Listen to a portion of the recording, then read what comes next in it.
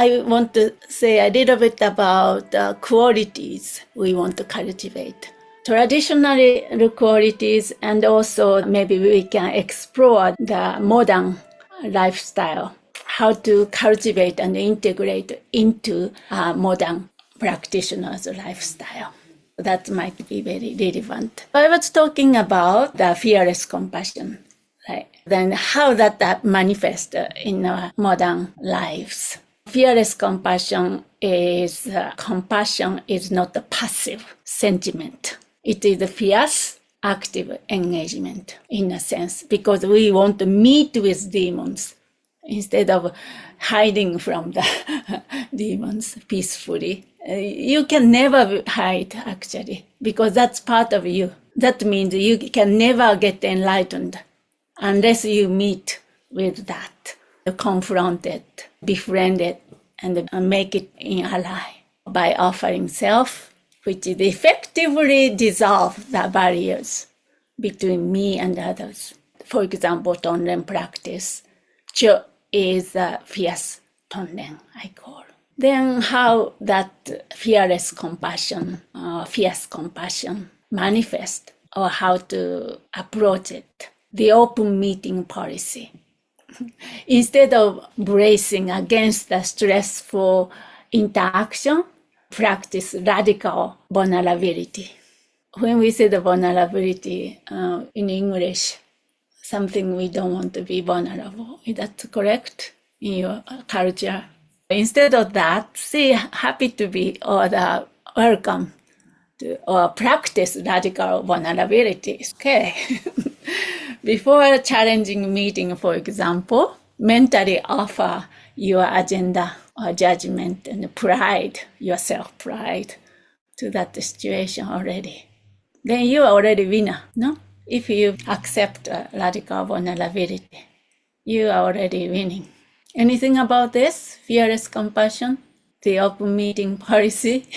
You're moving from a defensive posture to a receptive one by feeding the situation your presence rather than resistance.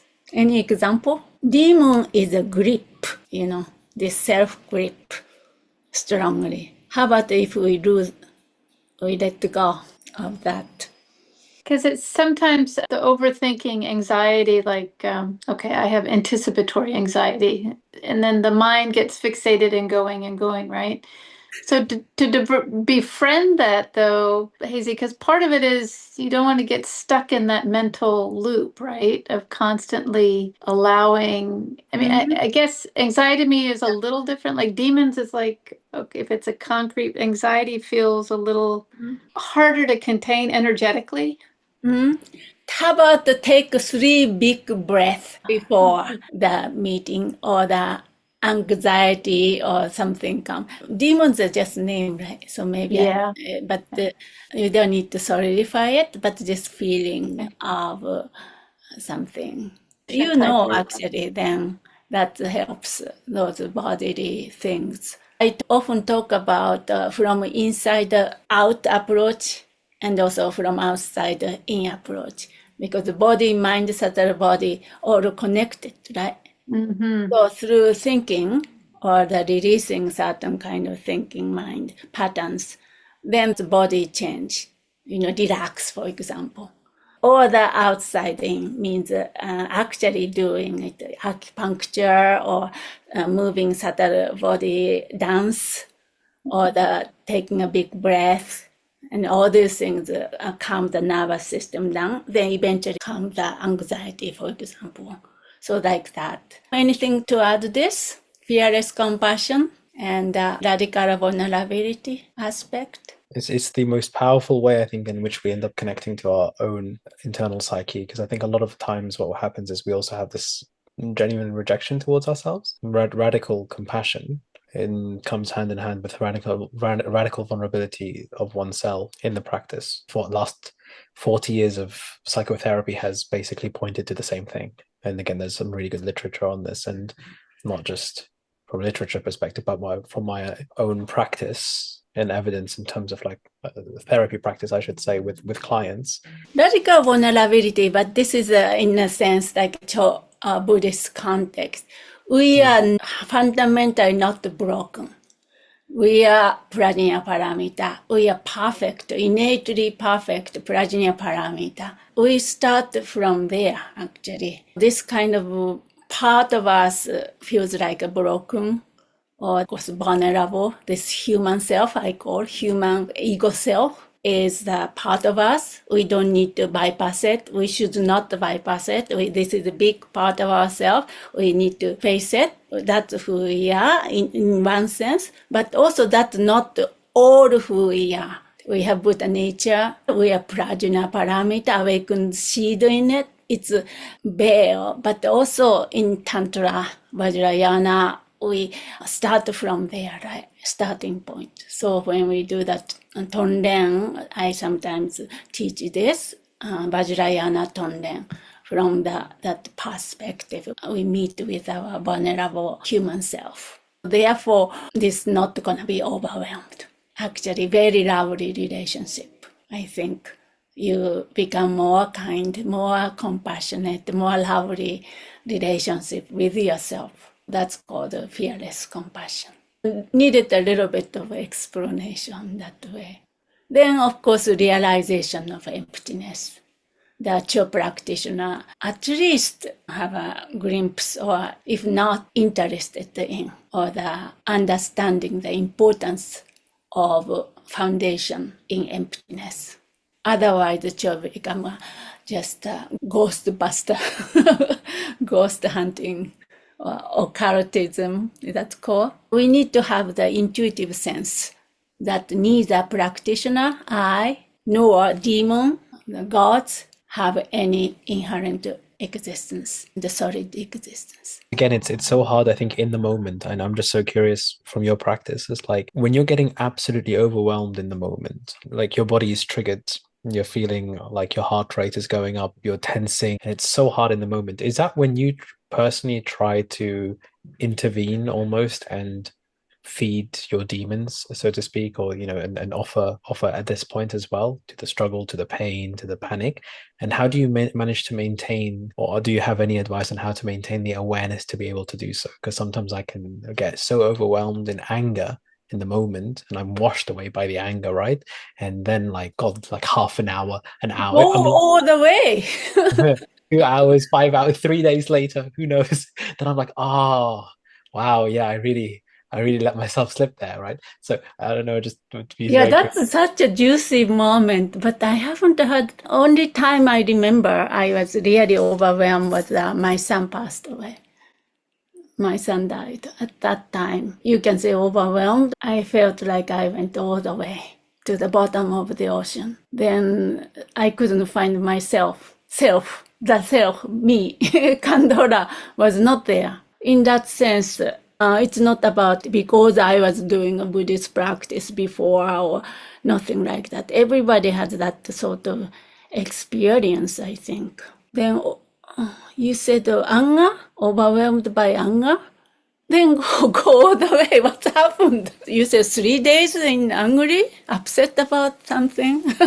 As long as you're not harming others, why don't you look at the anger?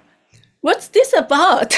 This anger overwhelmed me for 3 days. You know what this demon is. So try to identify it and try to smell it, try to taste it. Maybe nothing left except the vivid awareness. Like upset about certain thing, I don't know clearly. Of course, 5 Dakini practice, we said the true nature of anger is a mirror-like wisdom. When something like that, then already come all the way here, then instead of trying to come back, try to make it go away, the anger, or peaceful, make it that situation peaceful. Just go all the way down. Then look at the emptiness. That extreme is good. So the CHO practice is like that. We put ourselves in an extreme case. At that moment, some kind of awakening, recognition happened. Anger or desire, lust. go all the way. But then directly look at, instead of bringing all this projection or thinking mind, overthinking mind. So we need to let go of this. Can you speak more about the distinction between going all the way and not following your thoughts and the projections in your mind? Because I think some people might, including me, might go all the way in the projection in my mind. Along with, you cannot go all the way if we are thinking about it. Sometimes I explain this way. This is what you call the dimmer switch. Same energy, but then dimmer switch. So energy going all this. More non-conceptual, more let go of the self. If you bring it all the awakened side, bright light, maximum, then awakening. Then same energy going to the dimmer side. More constricted, the more thinking mind involved, more self involved, then become a conflicted emotion at the end of this spectrum. You need to let go of the thinking minds. Then we are talking about this somatic practice and the realization of emptiness, the meeting your human self with fearless compassion. All these practice involved. Of course, realization of emptiness is a profound one. But if we bring that to our day-to-day basis life, then this computer, digital image, this is like a mirage. Like it's as if it exists there, but just the pixels or whatever. It's appear yet empty of any substantial inherent existence there. So like that, so we started to glimpse into the emptiness of everything. Even our own thought is empty. We cling on to this true, exist. Therefore we suffer. That's that. What do you think? I was talking about qualities, no? And what else? Humility. The things I was going to share with the group, because I think is the 5 Dakini practice, the 5 Dakini retreat was actually one of the most powerful way to come face to face with exactly this, because you're spending so much time with each of them, and so you end up. For me personally, my personal experience has been to actually spend time with Vajradakini, and again, I have a lot of this Vajradakini quality, over my life of having to deal with anger, Padma Dakini, having to deal with desire, Buddha Dakini. You're dealing with every one of these kleshas, and just to Derek's point, it resonates so strongly, because how do you know you're not getting trapped up into your thoughts? So when you're doing the Dakini retreat, and again, Kandrila has so helpfully, I'm actually really looking forward to doing it again, but this time with Kandrila's book as a guidance. It's so helpful when you're doing it, because eventually you're going to get into your anger when you're doing Vajradakini, I find personally. And then there isn't, at first your thoughts are going to run, and then you're just doing the mantra, right? And the mantra is like mind protection. It literally is protecting you against these. It just gets exhausting after a while. It gets boring. These thoughts get exhaust themselves during the segment that you're doing for. So I don't know. All I can really say is it's one of those practices that just is really incredible in that sense for helping you with exactly this point. Because when Kandrila was speaking there, it was just the 5 Dakini retreat, and was really, really coming back very, very strongly in that sense. So. Mm-hmm. Yeah, try and see. That approach. I often talk about that. If we understand the 20% about how to do it, then just do it to see if it works or makes sense. As a Westerner, we are trying to understand 100%. Then by that time, already have fixated idea about what practice about, what outcome is, and this and that. Yeah, if you have a guts or the trust, little bit. I mean, obviously you are. That's why you are here, all of you. So it's good. So just try it and see. Enjoy it. Enjoy the process.